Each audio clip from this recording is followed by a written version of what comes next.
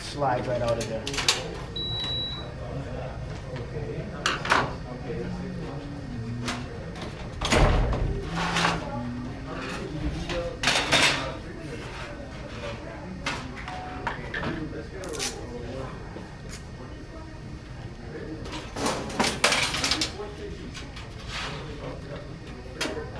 Okay, so here we have the bare bone naked system. All of the components have been removed from it. So what I'm going to do is briefly describe each component and its responsibility. Just go ahead and put this back on.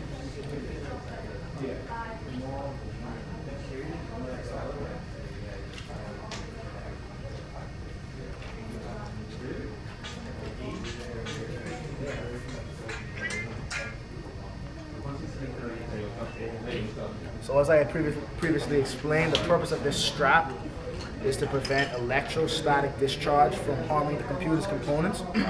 The body generates electrostatic discharge, so it's important that we wear this to ensure that none of the components get damaged. So I'll go ahead and attach it to any open portion on the system unit. Okay.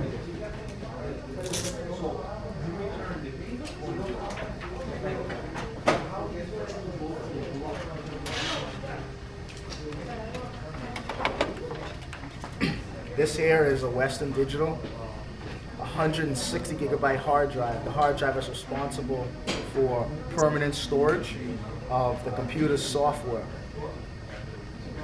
Now, there are various different types of hard drives. This particular hard drive we're dealing with is a serial ATA hard drive, which is more of a recent technology that's much faster than typical eIDE technology. So basically, it has 8 megabyte cache, and it's made by Western Digital.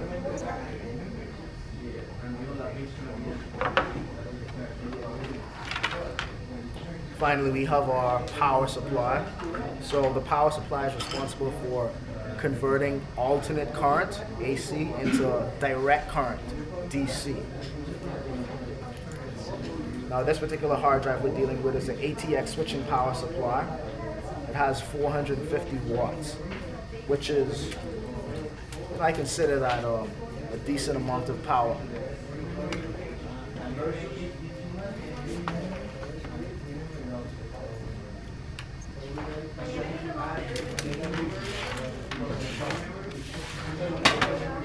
Now here we have our DVD burner.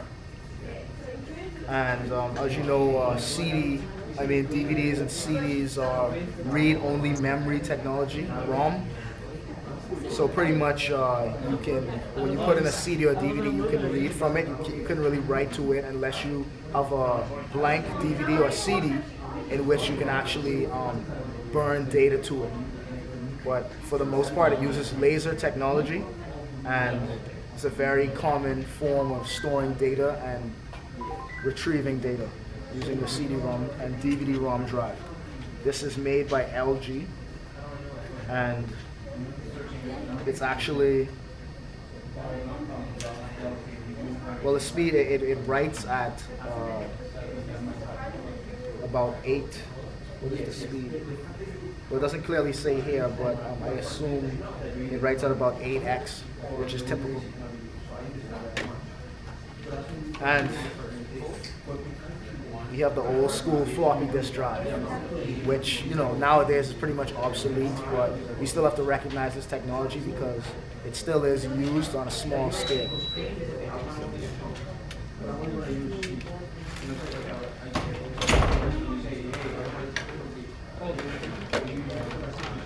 Here we have our eIDE ribbon cable, which is used for connectivity of the CD-ROM drive and of the hard drive. Now, let's say you have two CD-ROM drives. Say you have a DVD burner and just a regular CD-ROM drive. One would be master and one would be slave. In order to get a master-slave configuration, you use jumper settings, specialized jumper settings that you adjust on the actual device, and you can actually get an explanation as to what the jumper setting would actually perform on the device based on information that's provided on the actual device itself. So one would be master and one would be slave. Same thing with hard drives. With hard drives, they have specialized jumper settings in order to make one master and one slave. Now, the hard drive that's master would have the master boot record and would be the primary hard drive for the system. It would be the hard drive that the system goes to first. In other words, it's the boss. Whereas the other one, you could consider it an employee.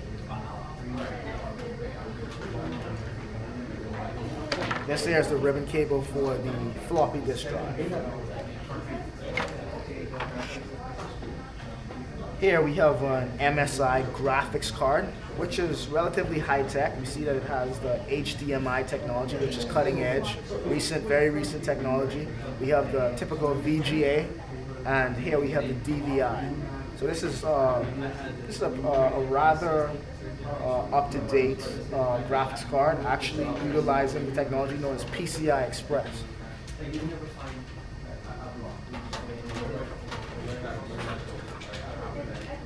And then we have the main logic board, also known as the motherboard. Now this is pretty much the heart and soul of the computer. Along with that comes your memory. This is known as a dual inline memory module, and is responsible for temporary volatile storage. And it's 256 megabytes, which is, compared to the amount of memory capacity that we have nowadays, I would say it's poor. You have memory capacity now up to 4 gigabytes, 8 gigabytes, that allows you to do a wide range of multitasking.